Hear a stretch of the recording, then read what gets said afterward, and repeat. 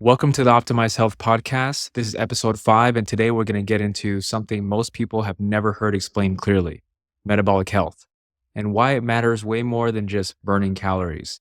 You ever feel like no matter how clean you eat or how much you work out, your energy is low, you're not burning fat like you used to, and your body just feels stuck?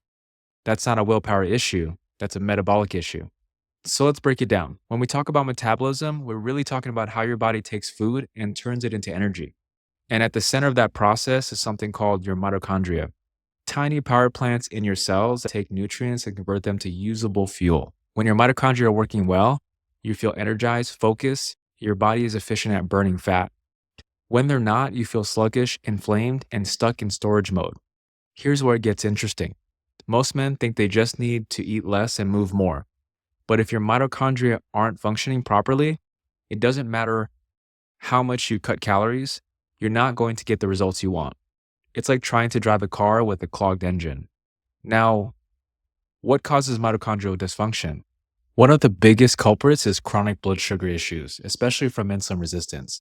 When insulin is high all the time, remember, insulin is the hormone that helps shuttle energy into the cells. It also signals to the body to store energy instead of burn it. Over time, that actually damages the mitochondria. You get more oxidative stress, more inflammation, and less efficient energy production. This is why someone can be in a calorie deficit and still feel exhausted, inflamed, and not lose fat. Their metabolism is working against them. Let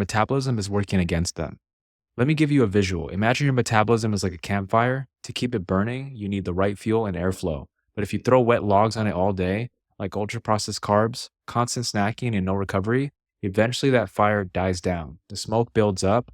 You lost the clean burn. That's your mitochondria under metabolic stress.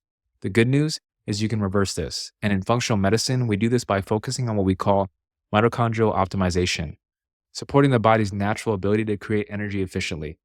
So here's what you can actually do. Number 1, fix your insulin. This is where it starts.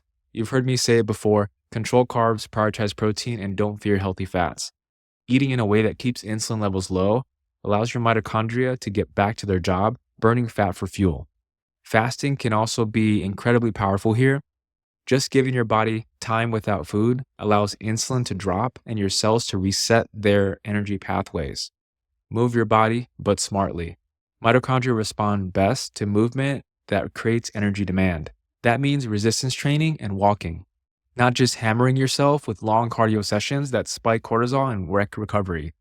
Even a 10-minute walk after meals can improve insulin sensitivity and mitochondrial function. Number 3, sleep. Mitochondria regenerate while you sleep.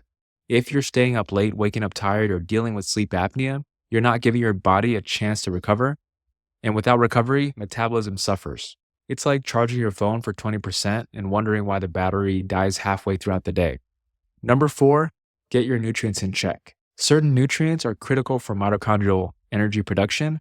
Magnesium, B vitamins, CoQ10, carnitine all help shuttle nutrients into the mitochondria.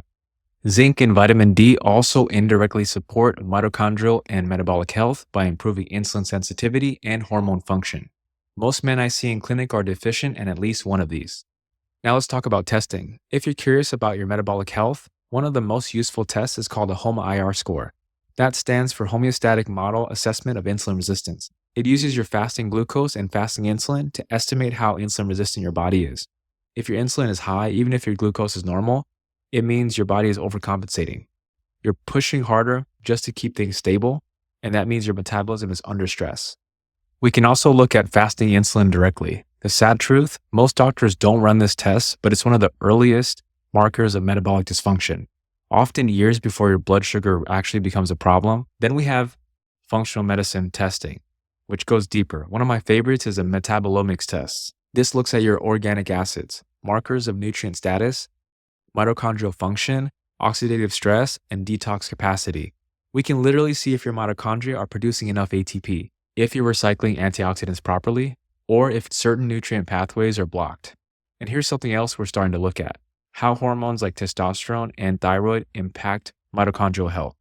Testosterone helps preserve muscle mass, and your muscles are where a lot of your mitochondria live. Less muscle means less metabolic power. Same with thyroid. If your thyroid hormones are low, your entire metabolism slows down, including mitochondrial output.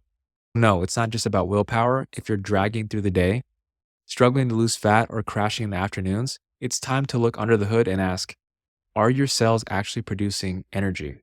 Most guys are trying to outwork their broken metabolism, but you can't outwork a system that's already running on empty. You've got to rebuild it. And that starts with the basics: food, movement, sleep, micronutrients, and testing when needed. If this sounds like you and you're tired of spinning your wheels, this is what we focus on inside my 16-week Optimized Health program. We run labs, personalize your plan, and get your metabolism working for you, not against you. Thanks for listening to the Optimized Health podcast. If you found this helpful, drop a review or share it with someone who needs to hear it. And if you're ready to go deeper, click the link in the description and apply for a free consultation. See you next week. And remember, energy isn't just about willpower. It's about how well your body is wired to create it. Peace.